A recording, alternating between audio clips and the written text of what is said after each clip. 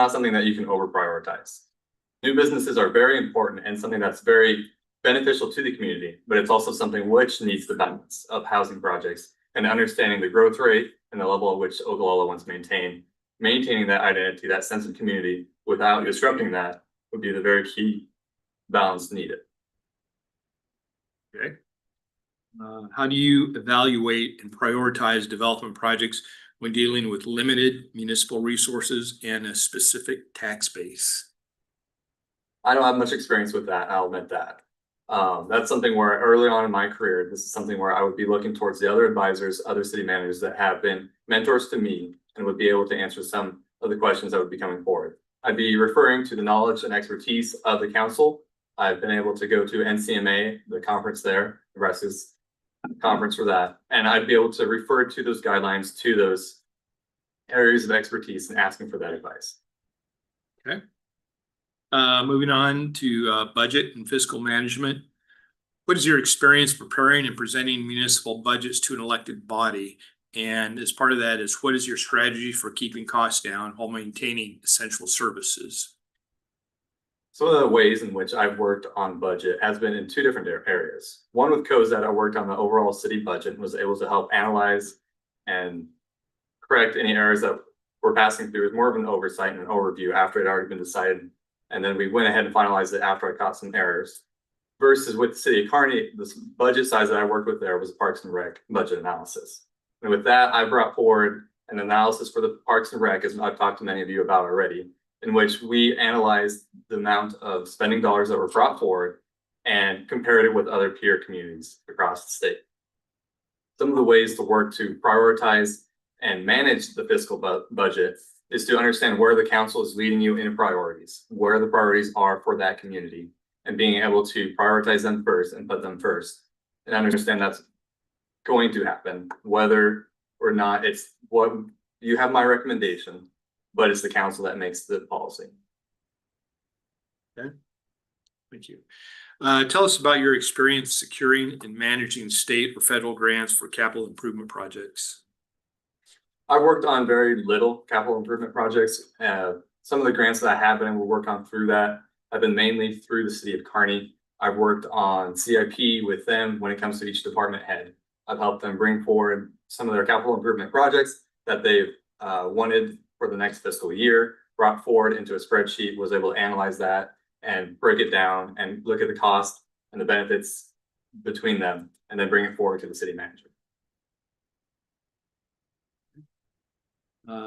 Moving on, under council and staff relations, Ogallala operates the city manager form of government, which you're familiar with.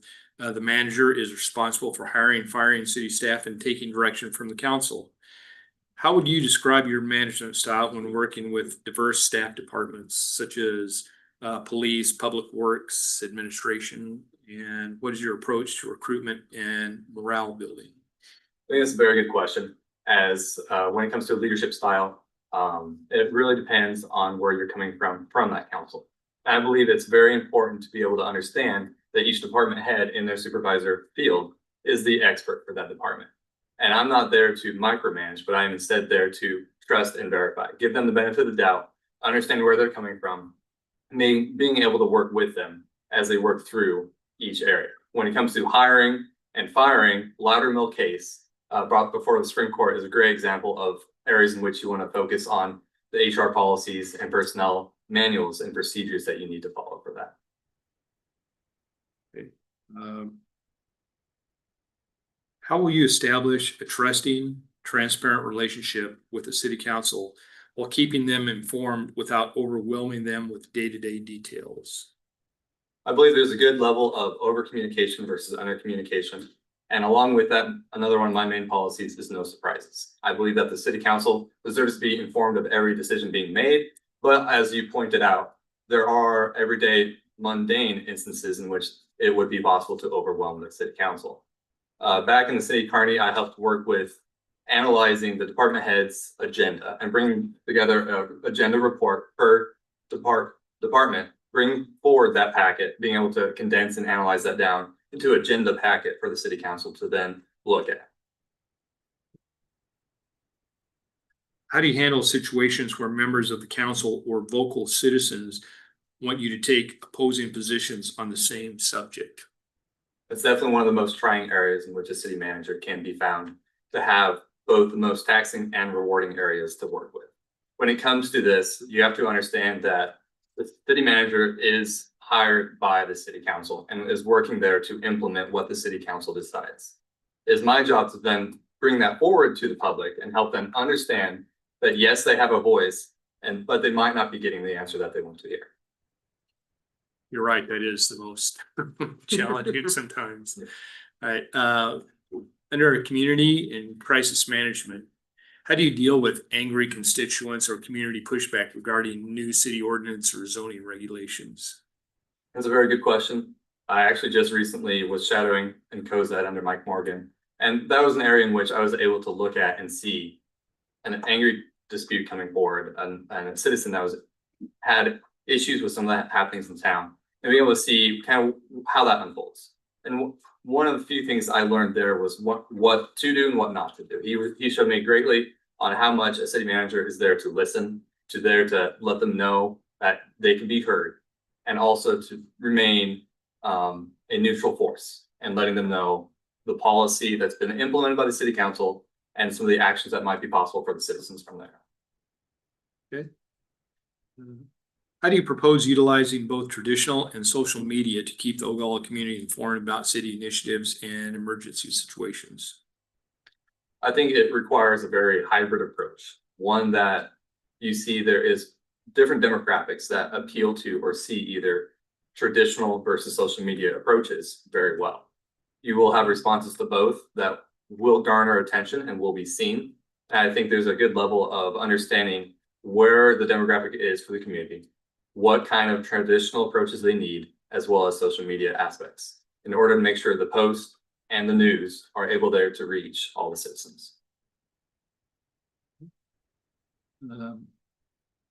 Under experience and leadership, if you're appointed, what is your plan for getting up to speed on Ogalla's specific municipal codes and meeting current department heads?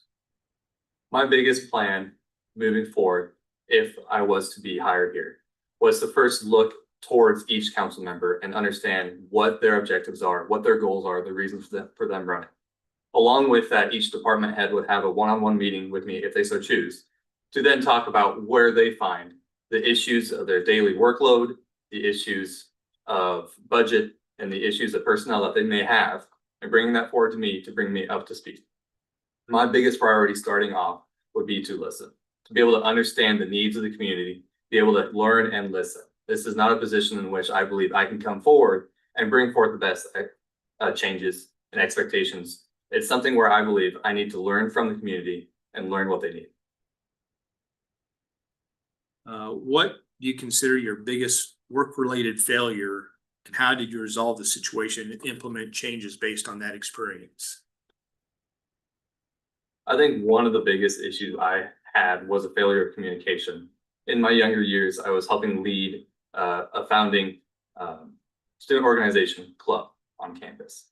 And one of the issues we had was once to reach the second largest campus club at UNK, we found issues between communication of what we believed were the overall goals of the organization and some of the other founding members, or that were just founding members, but not necessarily in office, that considered different goals in mind and weren't on the same path. And they took that very harshly. And that was something that we had to understand, that while we value their input, it was up to the officers to decide what they thought was best for the community, best for that organization, and being able to try to resolve that and help them understand where we're coming from, while also being able to see where they're coming from as well. Okay, thank you. Well, that goes through the list that we have. I'm going to open it up now to the remainder of the council, and if they have any questions, directly at you. I just want to start with, I know today you had an opportunity to go visit all of the departments and see the community. I'd like to just spend a little time and hear your perspective. What did you see? What were your thoughts? Yep. So I was able to come in yesterday, early afternoon. I was able to tour the town a little bit. So I went ahead and went through the parks, went and saw downtown, walked downtown, was able to see the area very, very well. And that continued on only more so today as I work with the city manager and was able to go through each department and talk to each department head. It was an excellent opportunity for me to be able to see what the department heads are all about, and the amount of community and close knitness that you have here is exceptional. It's something that I'm really looking forward to. It's a great opportunity for me to be able to work with these department heads. Each department have amazing personnel with them, and it's something I would just love to be a part of. What'd you think of the town? Very good, very cool. It honestly reminded me a lot of Burwell. A big Burwell, as I like to think of it. What is the population of Burwell? It's about 1,300, or Okay. was. It's been declining. But it is cattle country. We'll just change our name to Big Burwell. I don't think so. Thanks for offering it. Are you looking for another job? So since you toured our city, I guess, what do you think there, what are two strengths you saw? I mean, what are two weaknesses you saw? I think Opportunities that we need to improve. Yeah. For me, a lot of the strengths I saw came from the community itself. When it came to department heads, how well they worked with personnel, how well they worked with their other employees. That was a very strong strength that I think I saw. On the other hand, I don't know if I toured enough of the town to be able to get a strong grasp of some of the challenges that might be faced here. So to piggyback off of Austin's question too, is as you were touring the different departments, how do they compare to ones that you've seen before, especially in Kearney and where you've already been? Yeah. One of the ways in which I think they compare, whether that be Kearney or Cozad, it's a strong comparison difference between the two. When it comes from Kearney, Kearney is a larger city, obviously, and has a very different organization. One of the biggest things I pointed out very simply was that I had to drive at least 10 minutes between departments in Kearney to get to per department. Whether or not that be a benefit or not remains up to you, your thought process there. But I do believe that's something that when it comes to the department closeness, the level in which I was able to skid on over to the next department, walk over to the next department, whatever it may be, I found it very, very interesting how close-knit this was and how close-knit I thought Kearney also was able to remain as well. I thought that was a very strong similarity between the two. You mentioned Mike Morgan, who was city manager in Kearney for quite a few years, and then he was consulting or acting or whatever he is now in Cozad. Would you consider Mike a mentor of yours? Brenda was the city of Kearney city manager right now that I would consider a very strong mentor for sure. Yeah. Brenda, she's the one I've been under for about half a year, working with her, shadowing underneath her. Mike Morgan took me under his wing when he's interim over in Cozad, and he just had me run through exactly what his day looks like, exactly what he does per day, this is what he recommends, this is what he's compounded on these 19 years at Kearney and 40 years overall that you mentioned of city management. And you still feel that you'd like a career in public management, huh? Yep. Okay.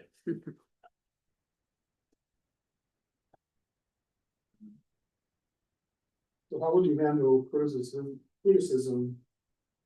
from social media? I think it's something where it's an approach almost anyone has to take when it comes to social media. Criticism across the net is something that should be met with a level of skepticism, something that of which you can't take to your heart. It's something that when it comes to criticism through the internet, it's something you got to remember that the other person's behind a screen, behind a computer screen, behind their phone, and it's not a face-to-face interaction. And so it may be a comment, it may be something mentioned that would never be mentioned in person. And it in person is something you can discuss. Over the screen is something to argue. Do you think social media should be something leveraged by local government? Or is it something that should just kind of fade away? I think social media can be a very useful tool if used correctly. I believe when it comes to what demographic you're looking to attract, what demographic you have in your town, social media might be a very strong appeal. And it's definitely something in which you might be able to reach a larger age group that are coming into college and out of college if they're more prone to see social media and view the news and get their news through social media, which is a very strong uptick. There's pros and cons when it comes to social media for sure, but I do believe it can be a tool. So in your opinion, what is the proper use of it? I think it's something where it can be used as a media outlet, something where you can make announcements, make posts, be able to inform the public. But I don't believe it can be the only useful tool to do that.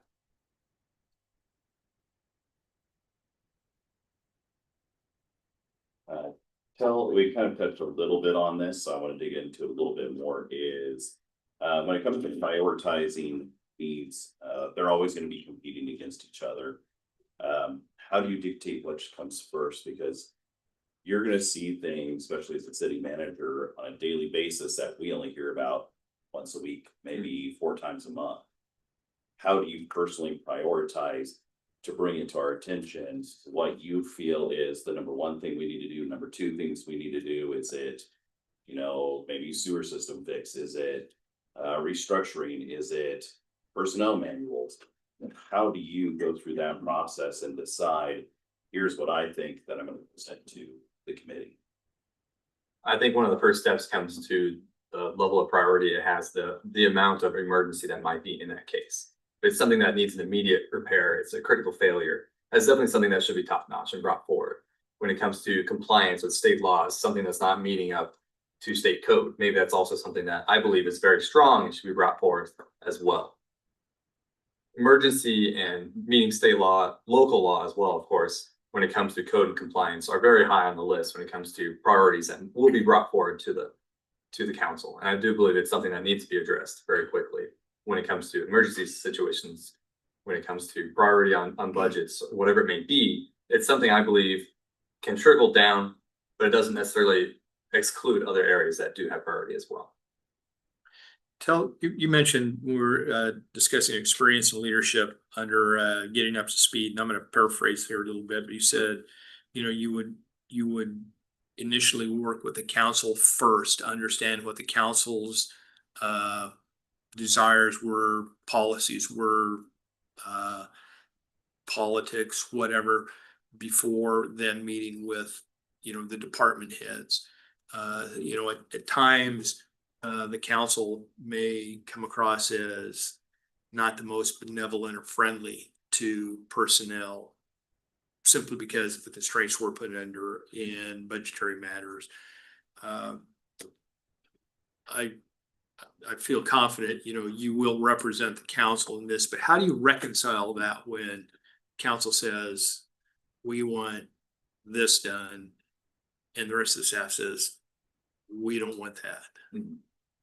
I think it comes to understanding where both parties come from.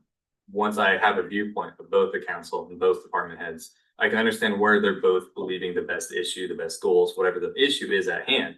Being able to broach that from the middle, a compromise area, in which I can say, yes, I understand your needs, I understand your concern, but the city council is trying to look at the big picture. They're trying to manage the entire city. And they're trying to see not just your department. They're trying to see what is the issue with every single department, what is the best qualities of every single department as well, and where can we then implement the best changes. I like that comment, compromise. A lot of times, you know, both parties have to give a little bit. Jumping on, sorry, go ahead. Yeah, so back to Chris's question. So you talked about emergency management. So how do you prepare an organization for an emergency that may occur?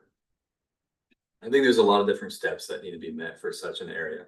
When it will vary per department, but I think having SOPs are a priority when it comes to understanding that emergencies are there when they happen. We need to be able to respond immediately, and whether or not a department head is available, an SOP will make sure it is a priority and it is available methods that we understand on how to take that standard operating procedure and be able to understand where to go with that, and understand this is what's going to happen. This is how we handle it. This emergency may not have a department head on hand. Department head may be out sick, out of town. And if it's that department head that needs to handle it, we need to have an SOP in place to be able to compensate that.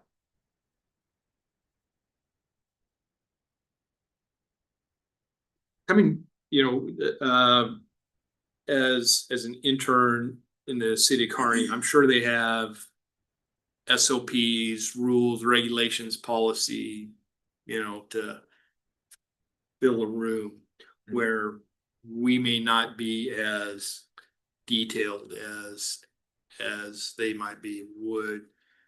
How would you deal with, there is no policy, you gotta make a decision, what are your steps to get to that decision before we have a policy drafted? Are you asking for the policy I would make in order to make an emergency decision? What would you do if an employee came to you, we don't have a policy and you need to get to a decision quickly?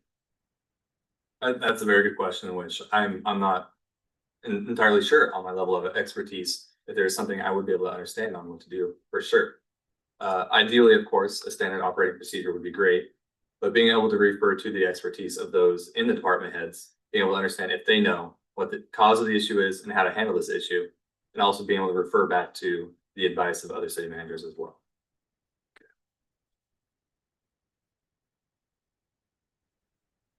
Can you tell me about a time, if there is one? I know your career is short and I don't actually have a problem with it at all.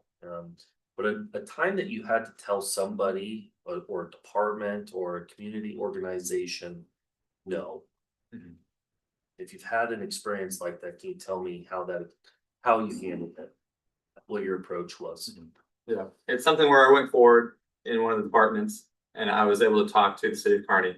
I had been talking with a couple of the council members, been talking with the city manager, being able to understand what the situation is from their end, from their perspective, and understanding where they're coming from. And then on the flip side, I had to go then to the department and be able to tell them, no, that this cannot happen.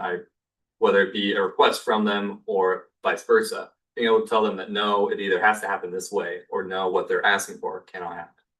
Knowing that they are coming from a place of understanding and belief in that they're operating the best way possible, but also letting them know that they've been heard, but the answer is still no. Did you lose sleep?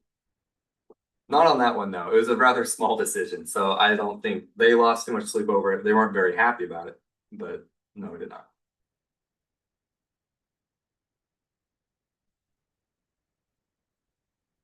Your position, and this is me speaking from experience, you're not going to make everybody happy, including the council at times.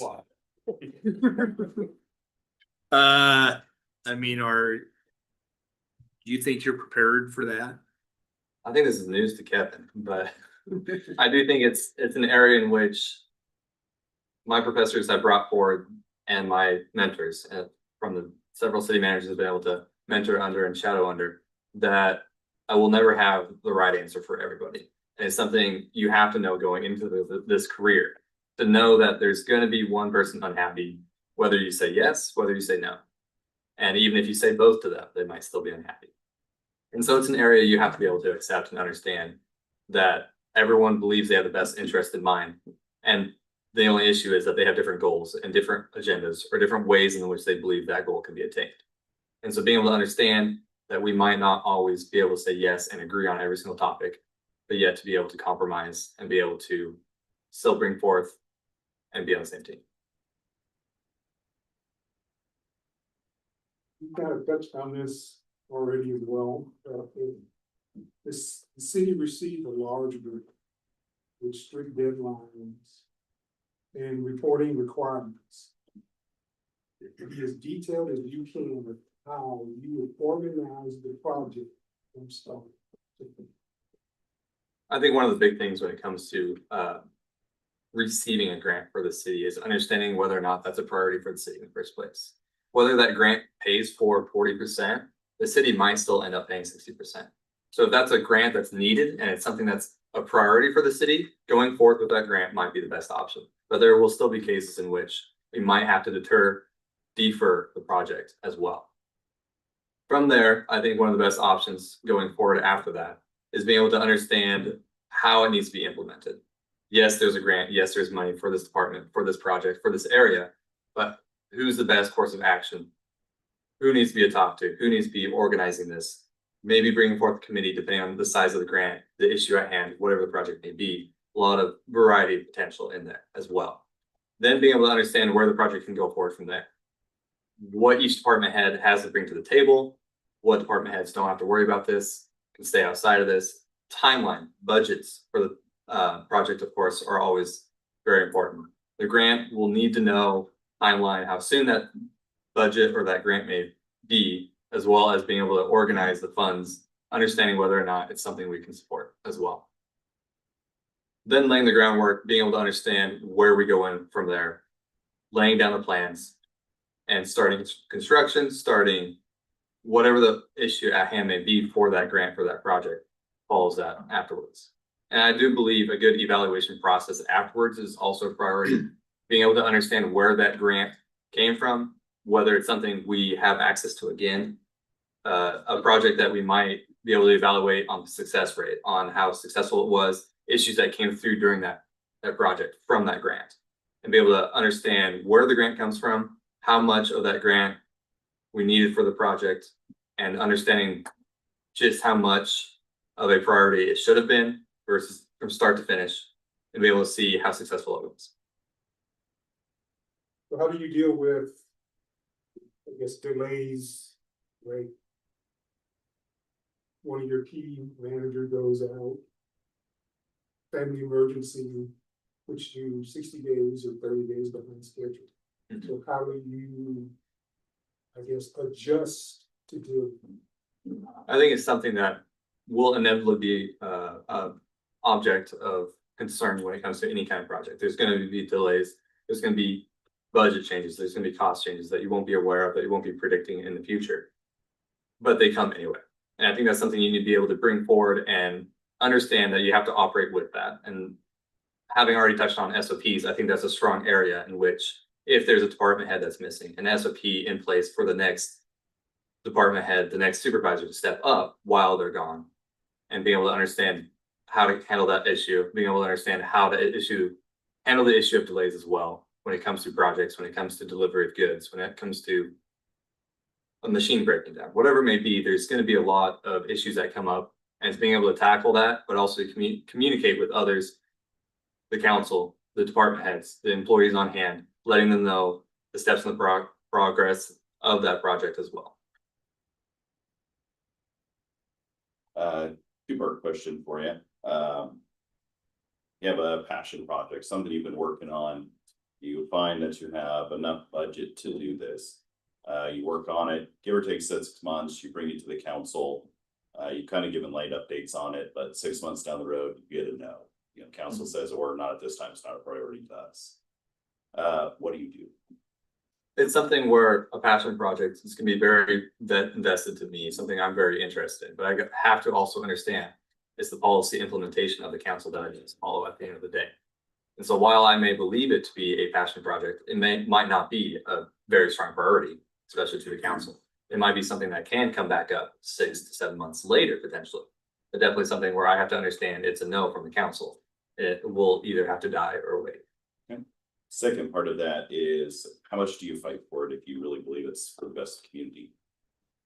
When it comes to being best for the community, then it becomes a higher priority, I believe. And then I would do my best to bring forth what I believe to be the best issues at hand, bring forth what I believe to be the best recommended actions, the best policy. Then again, it's still up to the city council to decide at the end of the day.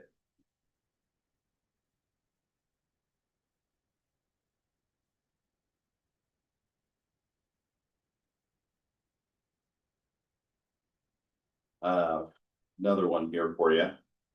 As a city, and this is just purely your thoughts on it, what do you feel that we're responsible for providing to a community and citizens?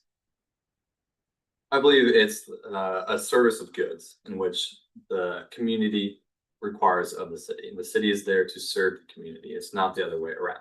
I think that's a strong priority that needs to be seen.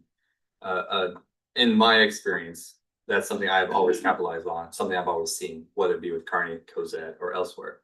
Something in which I believe the city is there to serve the community, and doing so by which the best means they think therein possible.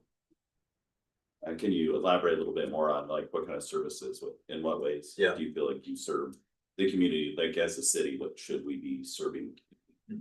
I think it's good for the community to have as many amenities as possible. but as reasonable and within the budget as well.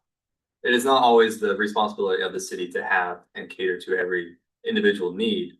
There are obviously basic rights in which every citizen deserves to have as a service. Whether that comes from the city, remains up to the council, remains up to the vote of the community as well. There will be areas in which departments may need to be merged or separated, and areas in which, as I've seen here, the contracted out, and that might be the best option for the community. That doesn't mean that the community doesn't then deserve that service still. Thank you.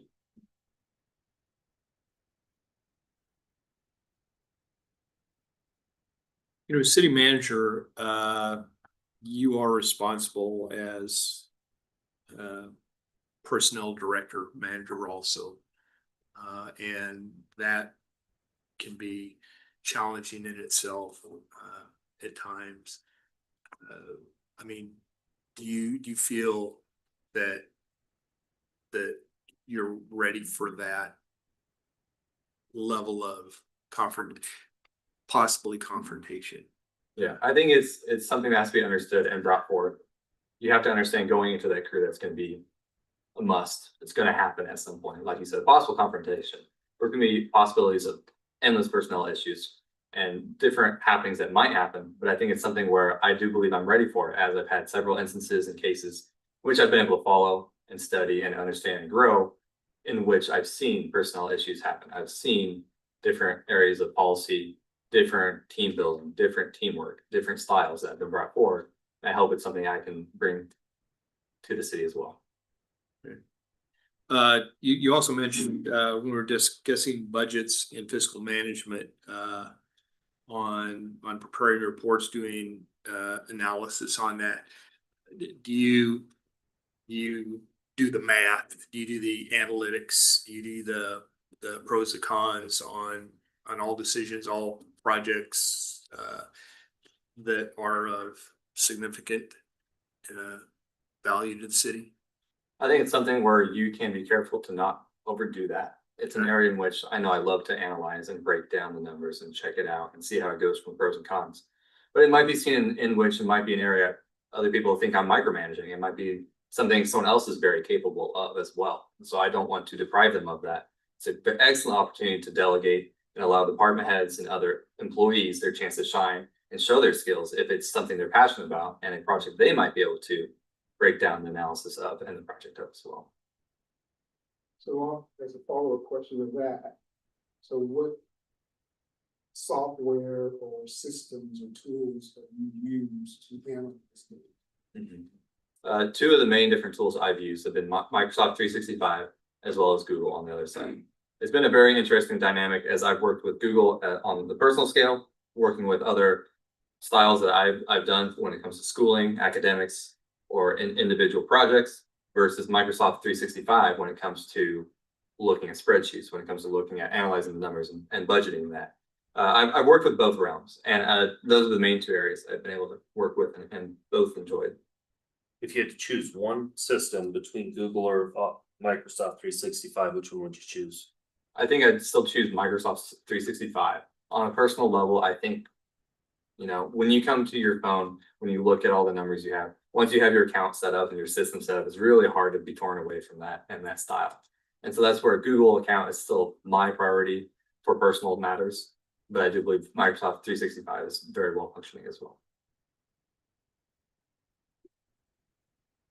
You talked about amenities that you believe we have the responsibility to provide amenities to the community and its citizens. What amenities do you feel are, you know, prioritized? What's maybe one? What's the top? You know, what other ones should a community be providing? Prioritize for the city to handle versus, okay. Just in your personal. I do believe some of the amenities outside of just basic services that would be great for a city to be able to provide would be recreational opportunities. It's definitely an area in which you see a lot of avenues and different approaches and availability out there when it comes to all the craze of new sports, or whether just basic fitness ability and basic fitness accessibility. You talked about outside of the basic ones. What do you believe the basic ones are? at least some of the basic ones that I mean to define that as, in which every person deserves, and a basic right of human decency. So whether that be water service or sewer service, being able to drive on repaired streets, not left in decay, or being able to walk down the street with the sidewalks intact, not branches in your way. There's certain services I believe that are necessary, but again, to reiterate, not necessarily have to come through the city alone.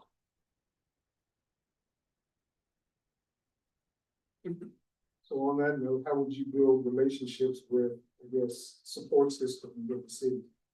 Like the hospital, our neighbors, local businesses, school districts, so on. I think it comes from the same vein as the mindset I have when it comes to meeting with council members, when it comes to meeting with department heads, be able to talk to them, be able to introduce myself, be able to understand where they're coming from, part of their life story and their goals, in which I can then get to know them better. I think some of the other ways when it comes to neighboring cities, NCMA is a great, and ICMA of course as well, is a great opportunity to meet and network with other city managers, other areas, other departments as well, as there's a lot of conferences out there, a lot of other areas. I previously went to an NCMA just a couple weeks back, and that was a great networking opportunity to be able to reach out to the other cities as well and communicate with them as well. So how do you go about, I guess, educating yourself with, I guess, latest statutes? What do you enjoy, I guess, in learning besides maybe your current job? When it comes to other codes and statutes, ordinances, I had to get torn away from the city of Kearney at one point. She said, "You're just shutting down at this point," because I was just reading through the book for too long, and it just needed a change of pace and a change of scenery. And so that's an area in which I like to be able to read up on updated code and being able to understand where it's coming from, but then also being able to balance work-life style as well.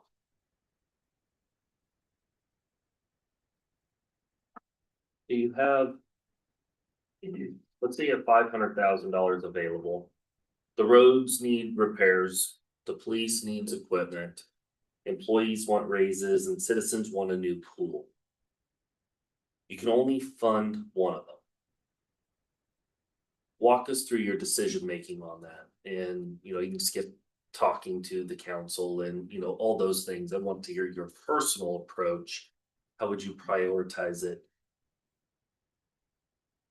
It'd be something in which I look to understand the necessity of the project or the issue at hand. So in which we see the necessity of police department versus streets versus, I think pool was the third option. We look to see if basic services or amenities are at hand. I believe the first two are services, and then it boils down to what is it that they need required? Is it to be able to operate on a day-to-day basis? Is it their police vests are outdated? They have system critical failure when it comes to their IT, whatever it may be able to understand how to prioritize that. I line it up and I put different scales to it, and I understand. I try to categorize different areas in which it's a priority, it's an amenity, it's critical to their day-to-day operations, whatever it may be, being able to prioritize that and then bring it forward as I think is best. Currently, the city manager puts together a memo, and it's based on the agenda, and it follows through, with recommended motions and so forth. Probably not as detailed as Kearney. If I remember correctly, Kearney, they actually have a financial impact and some detail on that. Would you be prepared to, when an agenda item comes up, do the analysis on it, do the background check, and then make a recommendation to the council? Said, I would recommend the council take this action. Yeah, I think it's definitely something that should be a priority as the city manager, to be able to look at that and bring forth the issues at hand, the parts of the agenda that they might want to see, and say, hey, this is how I've looked at it. This is what I've looked at it throughout the time span that's been available, throughout the time that I've been able to analyze it and be able to bring that forward and have a recommended policy action for it as well. Well, you understand you would be the CEO of the city, and this is a full-time job for you, where the rest of us are full-time business owners or full-time retired, but we do rely on you for recommendations and why. Okay. Have you ever did the Myers-Briggs personality profile? Is that the one with the numbers or the Letters. letters? INTJ. I think it was probably about That's what you sound like. 8 years ago. That's what you sound like. You fill the rest of us in on this? It tells you if you are he's a thinker and a judger, and he's an introvert.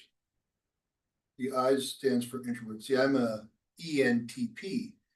I'm an extrovert, and I make my decisions off perceiving, and my phone will walk up on me.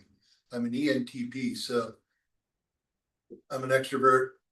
I think about the problem and then I perceive how I'm gonna fix it. ISFJ would be my wife, exact opposite.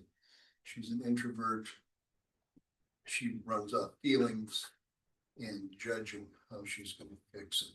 But yeah, you kind of sound on some things kind of like my way. That's There's that nothing that could be bad. either a good thing or concerning. There's nothing bad. It was just, I was just curious because I thought that's probably where you were going. So, but a couple of them, you're identical with me, you're thinking your problem. I thought all businesses did that anymore. Cabela's, you should have been. Probably did, but I erased that part of my memory. It's gone. Same with Adams, I would have thought, it's just, they just. Done it before, not at Adams, but it used to be a pretty hot ticket on everywhere. Everywhere you'd start was an immediate. You just do the And deal. it's coming back again, I guess. But it also depends on how it gets utilized. Because if it's just the information, understand it. If it's not going to place you in a position, things like that, it's kind of a waste. So a lot of companies used to struggle with, we do it, now what do we do with it? Question for you too, we're all human up here. None of us know everything. We all make mistakes. How do you deal with not just a small mistake, but in your seat, you can make, $1 million, $2 million, $3 million mistake. How do you deal with that kind of stuff if that occurs? Yeah, that's something where I believe in setting firm accountability and standards for not only for the employees underneath me, but also for myself. I can't be at the top of the totem pole and then expect to be able to slide by when it comes to my mistakes on the other end and be able to say it's fine and skip over it. It's definitely something where an accountability level is very important to me, both for the employees and for myself. Do you have any examples in the past that what they may look like? Strong issues of mistakes being made or accountability. I guess the accountability, but yeah, I guess more of the accountability. There's been areas in which I've been able to work with closely with personnel policy, being able to understand levels of accountability that comes into the personnel manuals, and being able to help bring it up to state law, state code, but then also be able to see on the organizational level of which we understand personnel accountability to be brought up as well.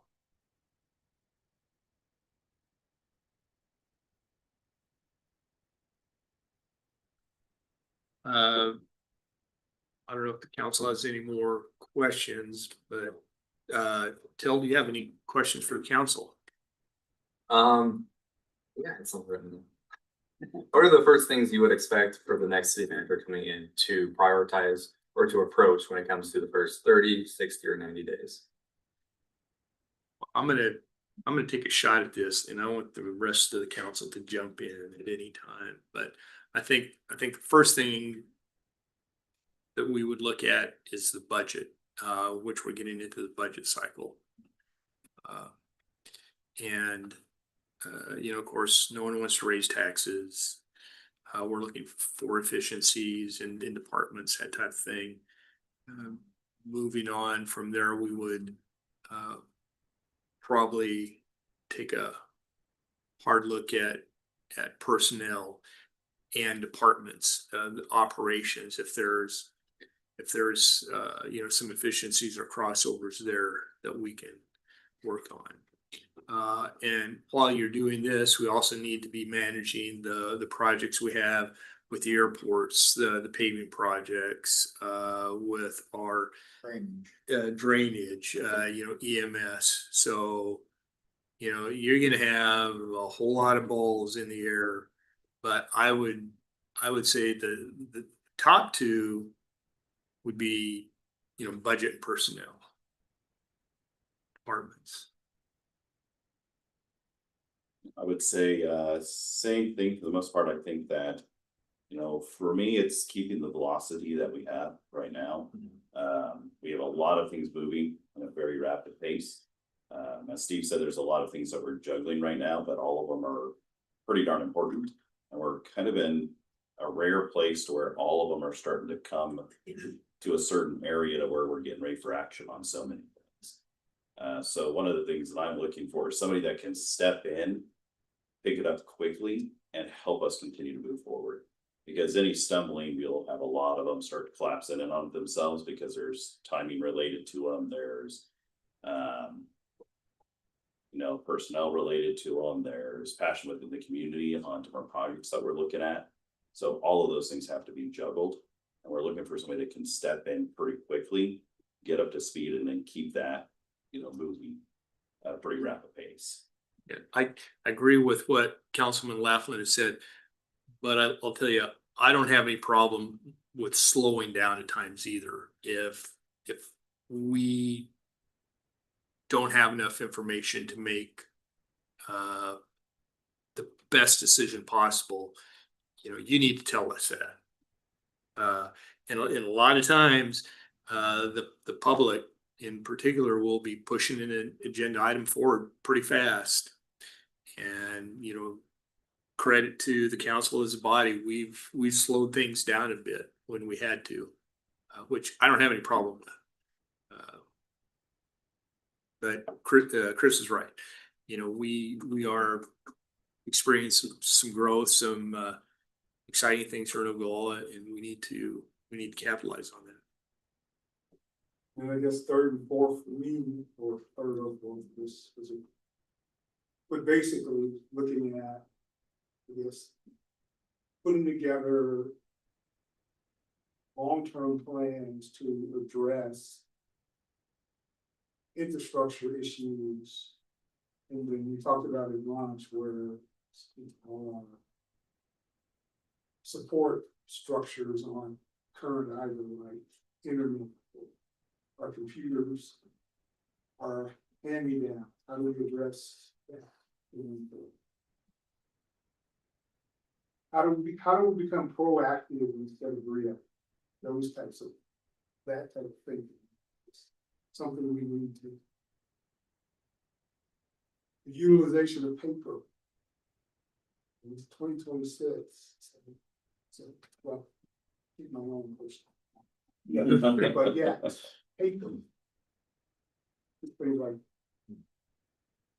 And to piggyback off of Merrill, in our first meeting in June, we spent some time going through the budgets and asking a lot of questions. And I think Ogallala's really at a point of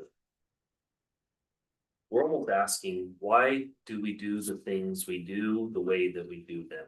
We're doing them just because it's how it's always been, or are there some things that we can change, come into the 21st century a bit and look into some efficiencies? And anytime you talk about that, it equals change, and change is not easily received by people. And, so I share with you on that, it's a delicate balance of hearing people's perspectives and their concerns, but also making factual decisions. And some of those decisions, I would venture to say, will be difficult, and even in some cases extremely difficult. And so my perspective is going forward, we need somebody that can really make hard choices.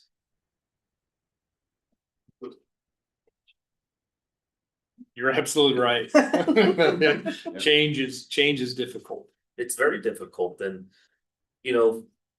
if we're all honest with ourselves, there's something in our own lives that if somebody came in tomorrow and said, hey, we wanna change that, we wouldn't like it. No, It's not easy.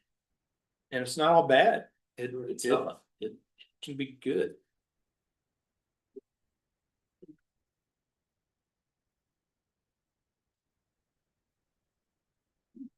Any other questions for us? Timeline wise, how are we looking when it comes to? I know we've expressed. Well, Yeah, I took my watch off this meeting, Uh, so I have no idea. I think we would like to get someone on prior to us getting started in the budget, which is gonna be, I'm guessing within the next 30 days. Ish. That'd be the new person's job. Yeah. But yeah, normally we're started by now. Yeah. It's July. Yeah. Now, Kevin is going to remain on the clock. As. I don't know what his title will be.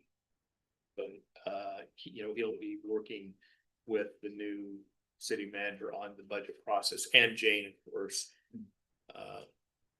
Probably pretty typical of any other community. The department heads give you a request and, you try and squeeze it all into what council will allow, and then we'll come back and add some things.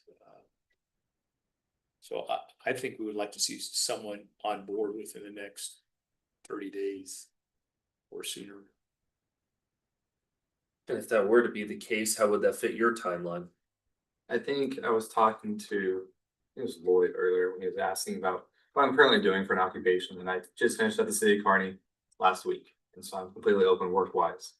And I was also telling him that since college, in college, I balanced 3 or 4 jobs, just pay for college off, and it's just an extreme work schedule, and now it's just flat, dead silence. So very open to the idea of starting as soon as needed. I would assume you have other interview opportunities. Yes. Can you tell us how we rank among that list? This would be the first interview that I took so far. The other ones, ironically, wanted to interview today as well. And so I had already made prior commitments, and I had to tell them that we had to either reschedule or go past that. And so far, this has been the first interview of several. Sorry, just purely based off of location. Again, this is more of a personal. Where do you want to be? What are your goals in life? Does Ogallala fit you personally? Or is it second on the list or third on the list? I don't find that offensive. Yep. It's something where I've definitely mentioned it before, being a big Burwell, something where I've looked to wanting to settle down into local communities, smaller rural communities, and being able to see something in which Ogallala has a lake, just like the Callus Lake that, granted, it's a lot bigger than the Callus Lake. When I saw it, I was very surprised. Again, by the sheer size of it in comparison, but then just that western feel. Burwell has Nebraska's big rodeo, and coming here as well, being able to feel the same vibes, the same culture, the same similarities in which you see the close knitness of Burwell and how it's a very strong identity in the community. And so that's something I look forward to greatly here at Burwell as well. No, I had 2 other questions. One is just, the job that you're stepping into isn't for the lighthearted. It's a daunting job. I'm just being very transparent with you. I think any city manager, anybody that wants to be a city manager, even long-term ones, will tell you it's not an easy job. It's a job where your bosses will literally change, give or take, like here every 2 years. We can have a whole changeover in a council in 4 years' time. Does that intimidate you? Does that worry you that you could have an entire group of bosses every 2 years? I think it's something where going into the profession, you have to know and be ready to accept that starting off. And it's something I've come to terms with almost immediately, understanding that, yes, the council can immediately change. As you said, within 4 years could be an entire new set of faces. But being able to understand that they're still there for the reason of being elected and helping the community as well. Understanding that we both have the same goals in mind. The better the community, better the city at hand, makes it a lot easier for that transition process as well.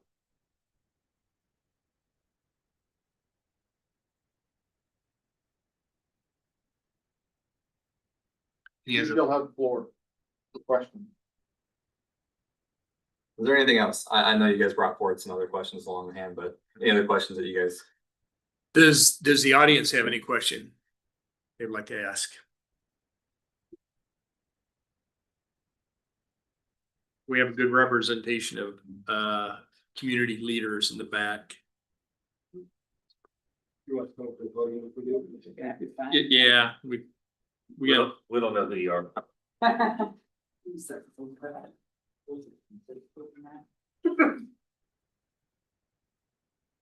Thank you. name and address. Just your name is fine. Lift type. I know where to find you. Hello, welcome. My name is Jessup Adams. I'm the CEO of Adams Bank and Trust, one of the larger employers here in town. So, got a couple of questions. First one being, obviously Ogallala is a unique community. You mentioned the lake. I know you haven't spent a whole lot of time here. But could you just describe your thought process in your first 90 days if you did get the city manager position of how you would integrate yourself in the community, what your steps would be to understand the characteristics of the community, what makes Ogallala unique relative not only to the state, but the area, and what you would do as far as a transition plan as Kevin retires later this year. It's something where I look forward to learn, listen, and experience. So when it comes to learning strongly from that transition process, it's one of the main reasons that I went ahead and reached out to this interview, to this position, understanding that not only is he retiring and I can use it as a valuable mentor and advisor along the way, but that he's retiring in this community. And so to me, that's a key indicator of a very healthy and strong community if the current city manager is willing to retire in the same community. And so being able to learn and experience the culture and the identity of the community is something where I brought up earlier, listening and being able to get to know the council, listening and being able to understand and get to know the department heads, and then continuing forward with personnel and also city and community members as well. Being able to have those relationships with them, have an open door policy in which they can come to me and I can come to them. And so they can understand that I'm there for them. So if you were to, part of that, if you were to engage with local business owners or executives like myself, how would you go about doing that? What kind of information would you be seeking from us? And then on the flip side, what kind of value would you be providing to us in those relationships? Yeah, it's definitely something in which I would be looking to understand what your goals and priorities are for the community, for this area as well. And seeing in which these goals might align with the city council, might align with the community, and being able to help both sides prosper as we reach what sometimes might be a compromise. But being able to understand that we're there for each other, both to serve the community and be able to go to local businesses, get to know them, and be able to bridge that gap. So you talked about compromise, and I know some of the other council members kind of brought up conflicting issues. Do you have any examples from your own previous experience of times where you've gotten people together who have competing interests and be able to come up with a workable solution? There's been issues in which you look at different departments or different ideas or agendas in which people have brought forward, either in the city of Kearney or at COZAD. And I've been able to understand and recognize and research both sides, both opinions, both priorities and goals that they've reached, and see the progress report, whatever that means, the capital improvement project, their priorities, their goals there for the department heads, or what might be brought forward for policy or implementation on the other end. And I was able to, while not making everyone happy, be able to understand that there is a compromise that has to be made, that not everyone will get that capital improvement project this year. It might have to wait another 5 years, but being able to bridge that gap. And that's a couple of areas I've been able to do that so far. Last question. The world's always a constantly evolving place. Issues change, budgetary situations change. Creating a dynamic strategic vision for a community is critically important.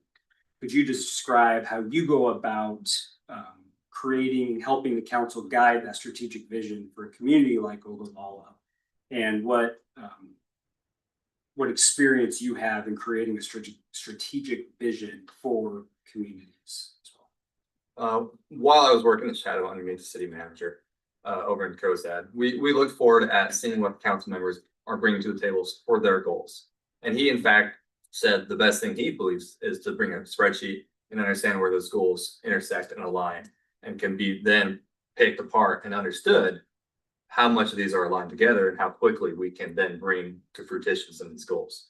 And so when it comes to some of those areas, that's one of the best processes he believes throughout his career that has worked. I believe it's something in being able to understand that there's a community vision, a vision statement might be necessary in order to align areas of interest and be able to understand how best to serve the community. Thank you for the opportunity. Thanks, Mr. Adams. Thank you. Anyone else? Molly?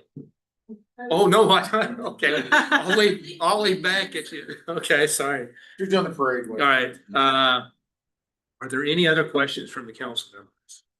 I have one final statement to the very end is, we talked about priorities and all of these different things. Just in your view, what's one critical thing that you don't feel a community should be without? When it comes to priorities or services, Doesn't matter. anything in, Yeah. in general? Yep, doesn't matter. It's a very good question.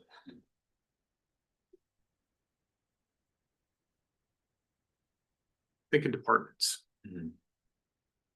I think when it comes to now, I don't want to break it down too much into some of my department. A lot of philosophy and political science theories are out there that I really could rabbit hole down a lot. But one of the areas in which I think is a priority and necessity is maintaining the safety of the community, of the citizens of the city. And I think the police department is definitely a strong service that should be a top priority. Well, as I said earlier, the position for city manager does become the CEO of the city of Ogallala, responsible and reporting to the council. And with that, it's critical that we fill a position as quickly as possible, so we're not left with current staff who have in the past filled the position. It just puts a lot of burden on staff and on the council and on the public themselves.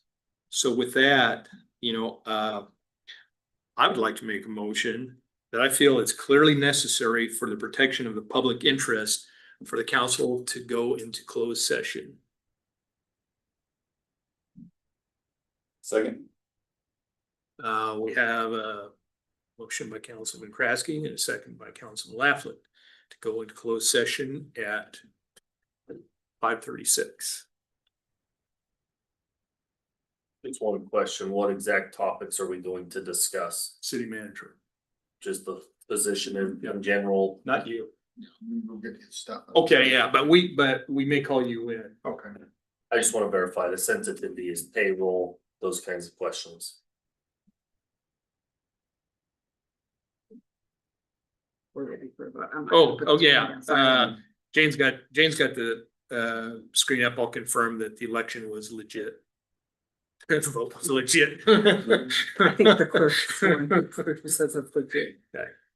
Austin, I don't have a vote, and Daryl, I do, yeah. Did take my watch off. 5 yes. No, wait, you gotta say that all again. We are going into closed session, which we feel is clearly necessary for the protection of the public interest. What time did I say? 5:36. 5:37.